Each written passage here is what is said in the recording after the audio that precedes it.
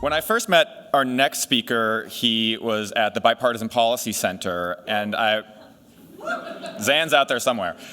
And I was very impressed with him and talked to him a little bit at this event when he came to it, and was, thinking about looking forward to maybe years of potential collaboration with Addison in think tank world. And the next thing I knew, he was founding a company. So it's good to have you back in a new capacity. Please join me in welcoming Addison Stark to the stage.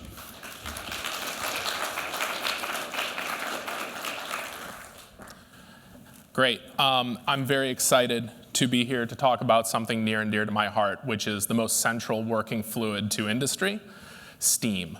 So at AtmosZero, we are focused on doing one thing, which is developing a low-cost, decarbonized solution for process steam. And make sure that, that's the laser. If I just hit somebody's eye, I apologize. So we're focused on how do you bring a low-cost solution to this problem. We are developing drop-in replacement electrified boilers that can replace combustion boilers at a cost competitive. And fundamentally what we're doing for customers is eliminating Scope 1 emissions from the boiler room on day one. So the problem, and I think it steps back to what Alex was just talking about when we first met. In the pandemic, we all did weird things. Me was pushing back against this idea that industry is hard to decarbonize. I think a lot of that led some of the shortcomings that we see in IRA and why industry was largely overlooked. I saw steam as a near-term opportunity to do something there. So let's talk about steam. So steam has been around and drove the industrial revolution. What you see in the background here are modular combustion steam boilers that were installed in 1910 in East London. They ran for about 60 years, providing district steam and also driving local industry. And today, steam accounts for 50% of process heat used in industry.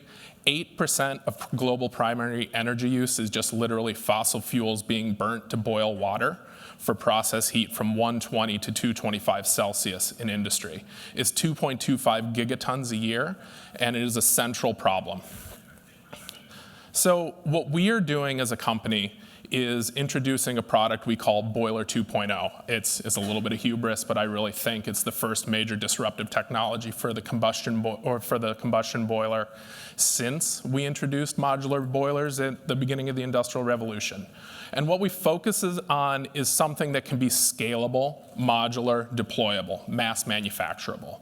It's a modular air source steam heat pump that takes advantage of the efficiencies of heat pumps. So think about what we're using to heat a building like this in the winter, but instead of stopping at 50 Celsius, we go up to 150 Celsius to be able to boil water and replace the combustion boilers on site. The core differentiation of what we do and why we see it's been limited, people have heard about industrial heat pumps. There's been work going on at the Department of Energy for a long time on this. But the challenge with this is everyone has chased waste heat, and I'll talk about that a little bit more here. But we focus on ignoring waste heat, making something that's truly a product, not a project, something you can drop in, replace, hot swap without having to shut down manufacturing and make it so this can be a low capital cost investment. So what we see about steam as an opportunity is this is truly a sweet spot for heat pump technology. 50% of all process heat is delivered by steam, and our solution can solve it all. When you look at industrial emissions and industrial steam use, it all runs from 120 to 225 Celsius, driving the processes that really drive multiple subsectors in industry. But in particular, and what we see as very important beachhead markets, is in the food and chemicals industries, where you have a lot of processes, drying, distilling, pasteurization, sterilization, that is all driven by direct contact steam. And what we're using is a heat pump. So this is my opportunity to do a little bit of edification for everyone. And this is where I divert from my usual pitch, because I know I'm in a well-educated room that I can start to pontificate against a little bit about ways to think about industrial decarbonization. And it all starts here. So efficiency is measured in heat pumps using this idea of the coefficient of performance, the COP. You've probably seen this before. People talk about higher COPs are better, more efficient, less electricity is used. And this is measured with this formula The COP is roughly proportional to the temperature, hot temperature you're delivering, divided by the lift. How high did you lift the heat to be able to deliver that? And this has led to a lot of problems with how people have been approaching industrial heat decarbonization to this point. For our system, we're going from ambient temperatures, 15 Celsius to 150 Celsius steam. This means our COP is roughly 2. So for every 1 unit of electricity in, we get 2 units of steam out. That's what makes it cost competitive with fossil fuels. It bridges back the gap between electricity costs and gas costs. But there's a challenge with that. So first off, we're going to be more efficient than combustion boilers, where you are losing a lot of heat between combustion and steam. It's going to be much more efficient than what's today's decarbonization solution, which is electric resistive, where you're paying electricity prices for process heat. And because we're able to use the magic of a heat pump, the essentially conversion of low to high temperature heat, we get an efficiency gain. But that ultimately leads to where we are, which is we are bringing the most cost-effective way to decarbonize steam and process heat in the sub 250 Celsius level, cheaper than electric resistive, cheaper than RNG, cheaper than green hydrogen, even with the very large egregious subsidies. And also not on here, cheaper than gas boilers with CCS, which necessarily adds a pretty large increase in cost.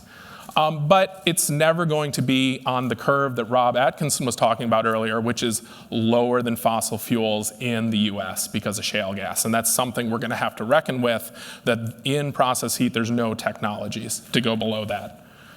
So this is the lowest cost electrification approach. We think that when you look at process heat, you can do fuel switching, you can go to RNG, you can go to hydrogen, or you can go electrification route. And there's heat pumps like what we're doing, or there's electric resistive with storage. Think about companies like Rondo or Antora have been in the news recently. They're really great for high temperatures, but at lower temperatures, they don't get the benefit of a heat pump. And that's why we think, and why I left the policy world to go found this company, because I saw an opportunity for a drop-in solution at these temperatures, and I decided to go for broke and get rich on climate. So the issue with the industrial heat pumps, they've been stuck, and this is my totally made for a BTI meeting, is they've been stuck in this energy efficiency degrowth mindset. I think yesterday Jim had a really good point, which is like industry has been so focused on efficiency and it forgot about productivity. And this is one of those things when we want to think about the efficiency versus decarbonization trade-off in technology deployment. So when you go back to this equation, this has driven us to do some really kind of silly things with industrial heat pumps. T-hot is really dictated by the temperature of the heat that you are trying to deliver in the industrial facility, and you can't really change that as a parameter. However, T-cold you can. The source that I want to go back. I was going to talk in memes as well, and I missed my whole cue. So what you can do is we focus on taking heat from the air. And that means we are willing to give up a little bit of efficiency to make a lower capital cost solution that can be dropped in and replaced, and avoiding the complex integration. But people have been driven to utilize waste heat.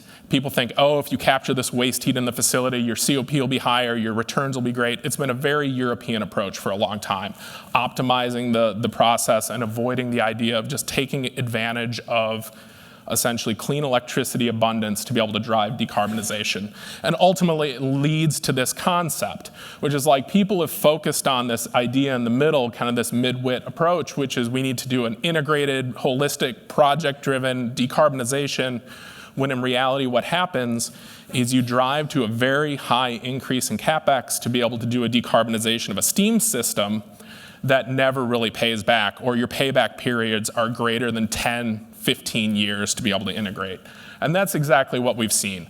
Fundamentally, my thesis is waste heat has been a waste of time for industrial decarbonization, and we need to stop chasing it.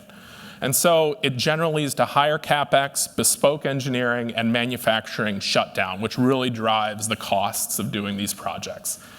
If this is a simple kind of comparison of this idea, if you look at the increase in ROI for capturing waste heat at 15 Celsius, 30, 45, whatever, compared to what we're doing, either assuming just the total extra equipment required versus having to shut down for 5 days, you see very large increase in payback period. That means essentially another reason for an industrial facility to say no to decarbonization. So what we're focused on delivering is something that industry needs, which is energy secure and emissions free. We focus on modularity that scales like boilers do today, a drop-in solution that can sit next to your combustion boiler. You can decarbonize half and have that there to do the peaking. We focus on drop-in, as we've talked about, being able to install in days and avoiding complex integration. Air source enables this by reducing complexity and increasing repeatability. Just like air source heat pumps heat most buildings today, new build.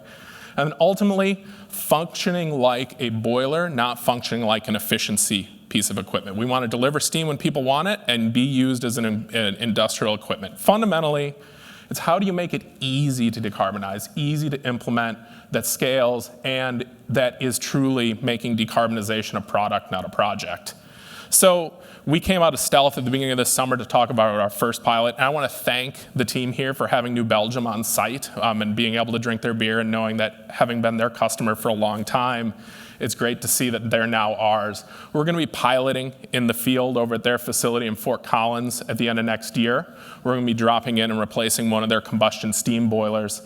And from there, we're excited about the concept of our technology because we're going to be able to scale out across all of their North America facilities together.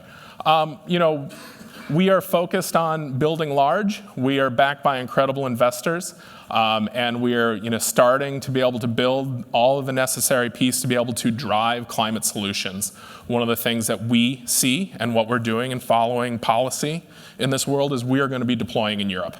There's not robust support in North America and the US for industrial decarbonization because it's lacking in a price support for it, and other subsidies for hydrogen and CCS are actually distorting the market. So we're going to be focusing on Europe.